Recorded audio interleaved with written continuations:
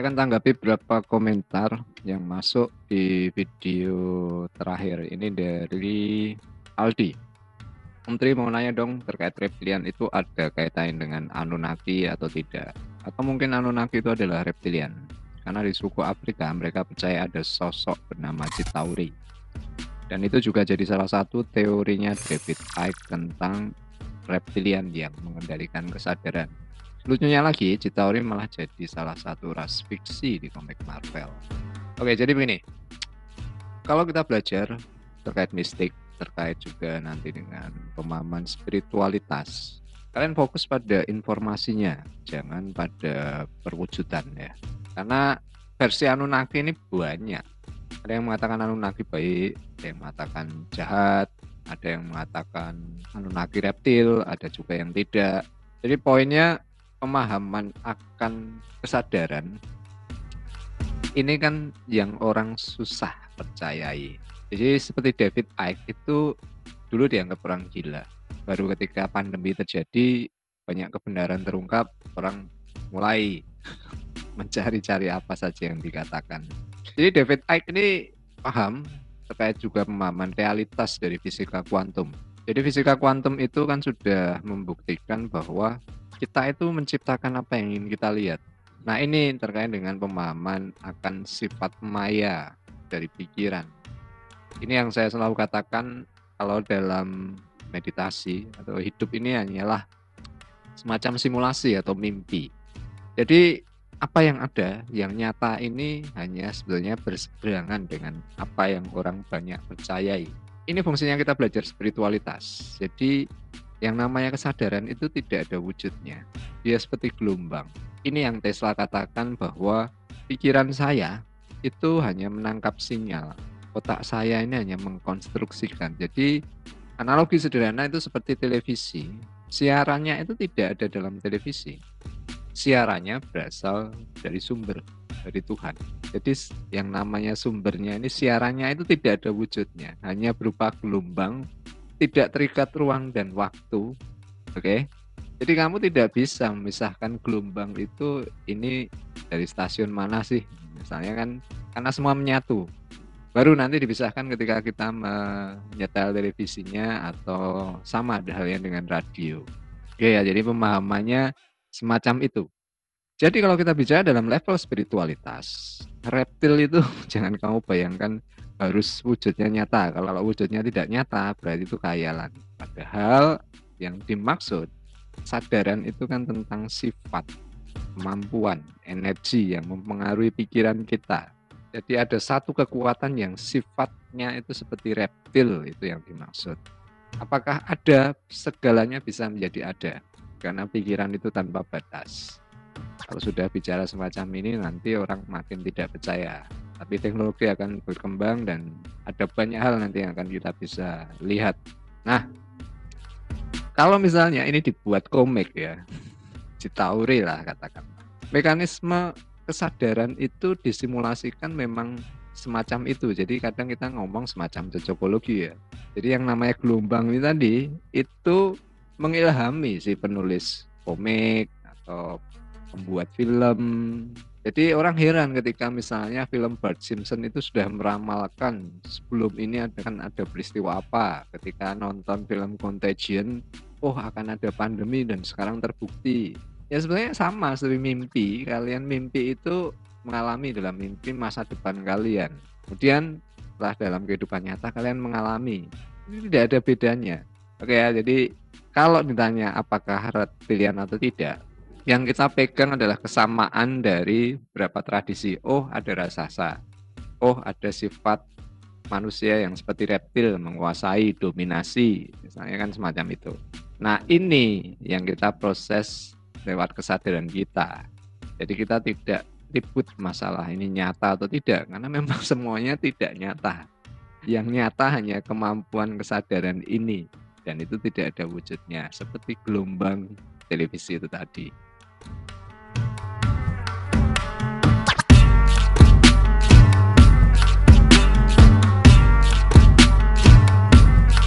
Oke, kemudian komentar dari Parmin Hadi. Di pewayangan ada punakawan Pandawa yang bernama Petruk, anak asuh Semar.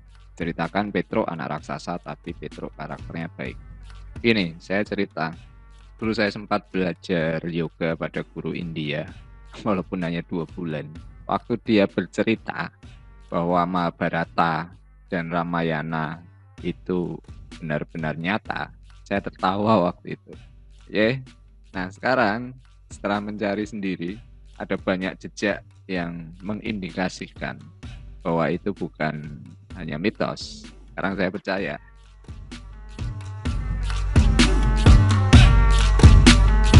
Kemudian dari Ali Sunarto, Mas Tri, apakah ini ada kaitannya dengan raksasa Nephilim di kitab Enoch?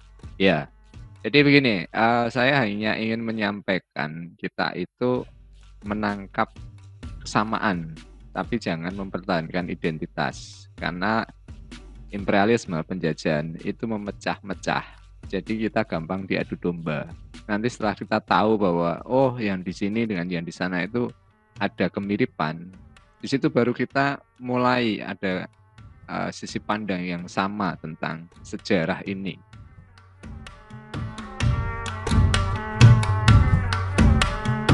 Kemudian Airlangga Yudi, di daerah saya banyak Gunung Tapak Bimo, di situ ada bekas pijakan kaki raksasa.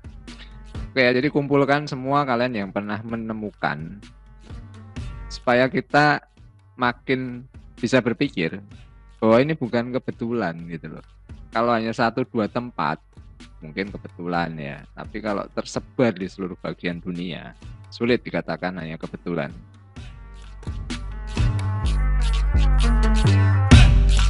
Kemudian dari Ega Aura, Dayak Pasir, banyak makam-makam raksasa yang panjang. Nah, begini, jadi kalau orang timur kan percaya tentang roh-roh halus. Jadi ketika memasuki makam itu kan dikeramatkan ya. Apa yang ingin saya sampaikan lewat bermain jiwa itu kita mengubah mindset dari tempat yang angker menjadi kita sucikan. Karena ini jejak peradaban, bukan angker menakutkan, tapi ini jejak yang berharga bagi proses kita menyibak apa yang dulu pernah dicapai gitu loh.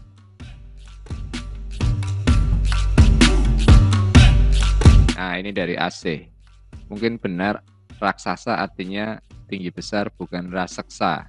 Gini, yang saya pernah baca itu dari mantan spionase KGB Soviet ya waktu itu. Ada, dia sampai membukukan berapa ras alien itu. Dan istilah-istilahnya itu sebetulnya tidak berbeda dengan apa yang sering orang ceritakan. Raseksa, kemudian Gandarawa. Jadi ini hanya beda mempersepsikan, yang satu percaya ini adalah keberadaan alien, yang satunya mempersepsikan ini adalah roh-roh halus dan sebagainya.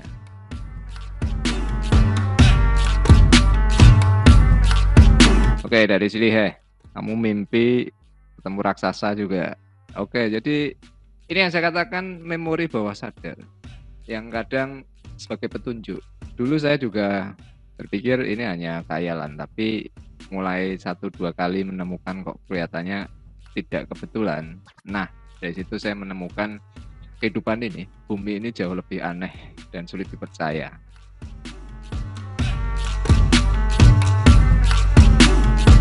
Oke, kemudian berikutnya dari Farida Ida, pernah bermimpi jadi raksasa. Ini nanti akan saya bahas tersendiri ya, bahwa eksistensi kita ketika kita tidur, itu kita eksis di dunia yang paralel, yang berbeda. Nah, ini yang saya akhirnya coba ibaratnya manfaatkan, hingga akhirnya saya bisa banyak cerita. Dan kemudian saya juga tidak berhenti di situ, saya mencari apa sih lah alasan yang paling tidak mendukung alasan saya mempercayai, dan untuk apa sih kita mencari tahu ini.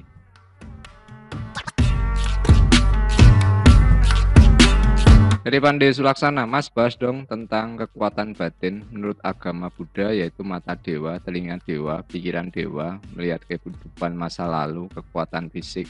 Kenapa kita tidak diajarkan itu lagi dan seolah-olah melupakan kita bisa melakukan itu dan memanfaatkannya? Oke, jadi sederhana, kalau penanggalan Hindu ada yuga, itu kan sebenarnya pergerakan bumi dengan pusat matahari. Jadi semakin kita mendekat ke pusat, itu energi kita jadi semakin kuat. Nah, Itu era di mana juga zaman-zaman kejayaan, ibaratnya manusia pada level spiritual paling tinggi itu ketika mereka dekat dengan matahari lah sebagai pusat. Nah, kita itu dipergerakan juga yang paling jauh. Nah, ini yang kemudian membuat manusia jatuh ke dalam apa yang saya sering katakan materialisme ya. Berhenti pada wujud yang ibaratnya materi yang tidak abadi. Nah, berbarengan dengan itu, semua kemampuan-kemampuan spiritual menjadi hilang. Nah, kalau kita bergerak secara kesadaran, ini nanti akan perlahan mulai kembali lagi. Jadi, saya menemukan di barat, orang-orang barat yang tadinya skeptis, kemudian setelah era kegelapan kekristenan, mereka mencari spiritualitas, justru sekarang berbalik, orang-orang barat mulai menguasai beberapa kemampuan yang kita katakan dulu magic dan sebagainya.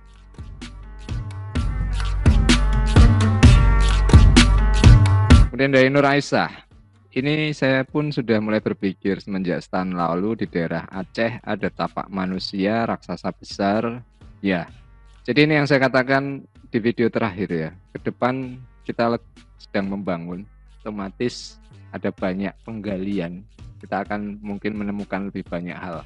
Jadi sejarah itu hanya ditumpuk, ibaratnya ditutupi dengan bencana, supaya mengubah persepsi kita. Kemudian nilai-nilai kesadaran di situ akan berubah juga. Nah, pada waktu tertentu itu akan dimunculkan kembali. Nah, beberapa pesan leluhur itu kan sering mengatakan, contoh misalnya Majapahit itu masih ada, hanya disembunyikan. Sebenarnya pesan-pesannya ke sana.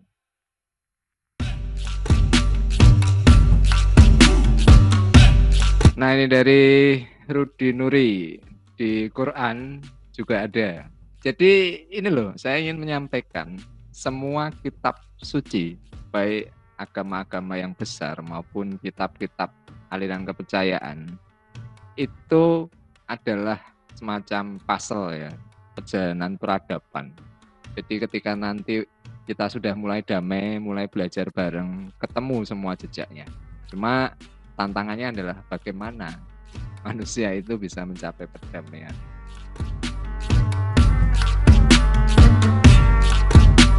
Kemudian dari Sri Wahyuni, jangan terlalu GR, leluhur kita bukan orang Lemuria. Jadi ketika kamu belajar mistik, kamu tetap jadi orang yang skeptis, mencari tahu. Jadi ini yang selalu saya katakan, mistik itu mencari tahu, bukan sekedar percaya. Karena kalau sekedar percaya, akhirnya apa yang orang banyak percayai, kalian hanya mengikuti saja. Akhirnya apa yang sebenarnya ada justru malah terlewatkan.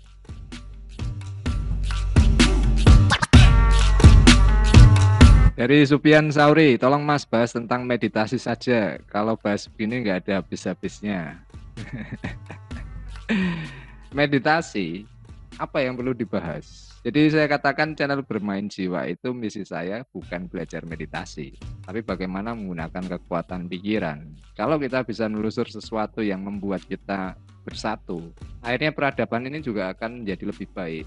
Nah, meditasi yang ingin saya bagian lewat proses mistik itu ke sana, mencari informasi. Nah, informasi itu banyak, mau menelusur jejak leluhur, mau untuk kita di bidang pekerjaan kita atau untuk apapun itu bisa, karena yang dinamakan kesadaran itu melampaui ruang dan waktu.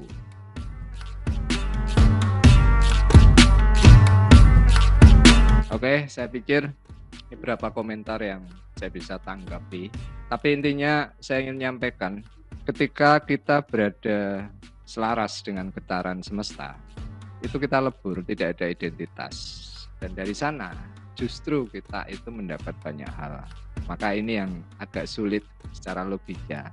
Orang pasti mencari kebenaran berdasarkan batasan mana identitas dia, keyakinan dia.